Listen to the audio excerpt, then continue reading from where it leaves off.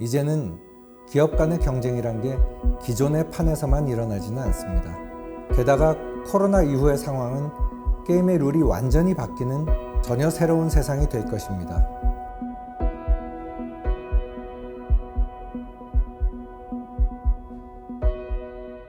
많은 전문가들이 변화를 이야기합니다.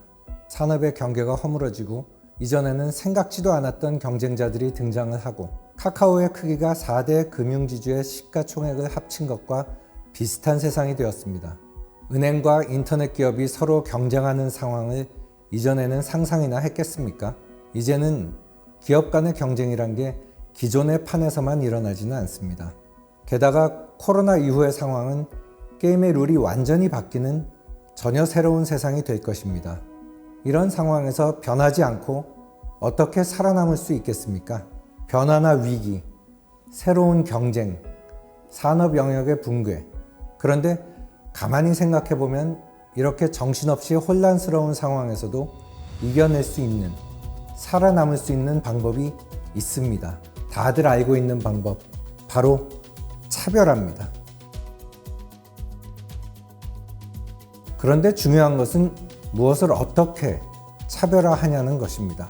그동안에는 주로 제품을 차별화하는 데 집중했습니다. 남들보다 더 좋은 제품을 만들어서 더 많이, 더 비싸게 팔거나 혹은 싸게 만들어서 가격적으로 차별화를 하기도 했습니다. 그런데 이제는 상황이 많이 달라졌습니다. 기존의 차별화 방식으로는 절대 이길 수가 없습니다. 무언가 새로운 성공의 방정식이 필요합니다. 더 좋은 물건을 싸게 잘 만드는 것은 지금까지 우리가 집중해서 잘 해온 일입니다. 앞으로도 열심히 해야 할 일입니다. 그런데 지금은 다른 게 더 필요합니다. 무언가 고객에게 새로운, 그러면서도 특별한 가치를 만들어서 고객의 경험을 바꾸어 줄 수 있어야 합니다. 이런 얘기를 하면 늘 돌아오는 말이 있죠. 그래서 어떻게 하는 건데? 가치라는 건 경험에서 나옵니다. 이게 무슨 말이냐 하면 고객이 가치를 느낀다는 건 우리의 제품을 터치하기 이전의 경험과 그 이후의 경험이 의미 있게 달라져야 된다는 말입니다. 그리고 그렇게 달라진 경험이 특별하게 느껴질 때 차별화된 가치를 주었다라고 할 수 있습니다.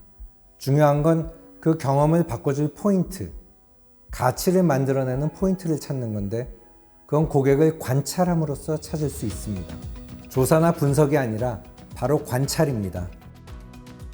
그 과정에서 공감하는 것, 거의 빙의할 정도로. 이게 가장 중요하면서도 어려운 부분입니다.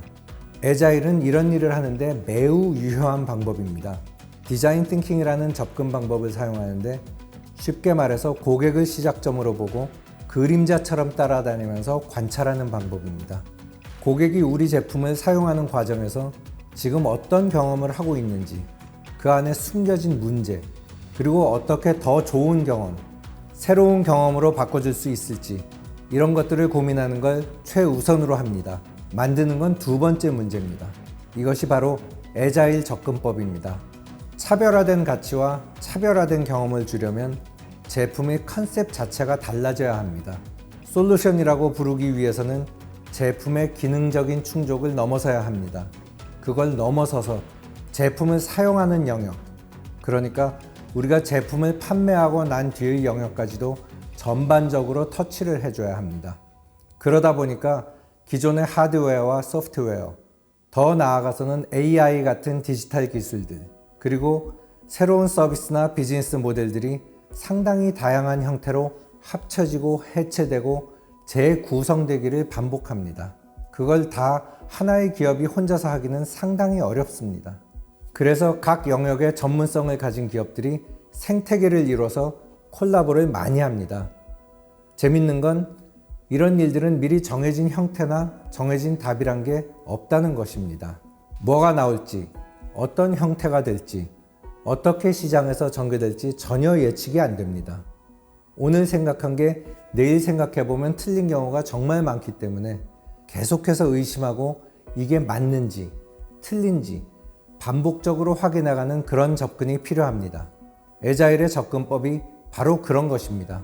작년부터 올해 2020년까지 미래혁신단은 각 계열사들과 함께 애자일 프로젝트를 쭉 진행해 오고 있는데 그동안 정말 많은 고객들을 만났습니다.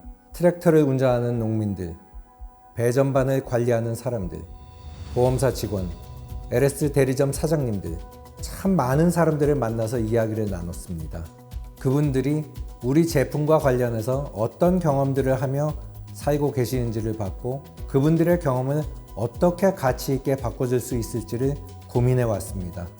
프로젝트를 진행한 LS 애자일 팀원들뿐만 아니라 그걸 지켜봐온 저에게도 상당히 의미 있는 과정이었습니다. 애자일 프로젝트를 진행하면서 저도 너무 궁금해서 프로젝트룸에 종종 갔습니다. 물론 저도 관찰을 하기 위해서 말 안 하고 몰래 갔습니다. 그런데 갈 때마다 느낀 건 사람들의 눈빛이 많이 달라졌다는 것입니다. LS 사람이라고 하면 흔히들 순하고 성실한 이미지를 떠올리지 않나요? 양의 눈빛이라고 해야 할까요? 그런데 재밌는 게 이 사람들이 글쎄 야생 늑대와 같은 눈빛을 하고 완전히 몰입하고 있더라고요. 저에게는 상당히 신선한 모습이었습니다. 애자일은 상당히 짧은 주기로 반복해서 검증을 해나가는 특징을 가지고 있습니다. 그리고 그 짧은 사이클마다 목적점을 설정하고 전력 질주를 하게 되죠. 자연스럽게 참여자들은 몰입을 할 수밖에 없는 환경에 놓이게 됩니다. 그리고 그 안에서 묘한 성취감도 느끼게 되고요. 애자일은 기본적으로 일하는 방식을 바꿔서 참여자들의 행동을 바꿉니다. 그렇게 가져온 행동의 변화는 생각하는 방식, 즉 마인드셋을 변화시키는 연쇄작용을 이용하죠. 이번에 애자일이 진행되는 과정을 보면서 그리고 사람들이 실제로 변해가는 모습을 보면서 이건 정말 유효하겠구나 라는 판단을 하게 됐습니다. 혁신이나 미래 이런 이야기를 하면 다 알아. 맞는 말이야. 그런데 그게 말처럼 쉽지 않아. 안 될 거야. 이런 말들을 많이 합니다. 정말 쉬운 일은 아닙니다. 매우 어려운 일이죠. 그런데 일단 시도해보지 않고서는 될지 안 될지를 알 수가 없습니다. 지금까지 달려온 여정에서 미래혁신단은 애자일의 새로운 가능성을 확인했습니다. 우리도 변할 수 있다. 이런 믿음도 생겼습니다.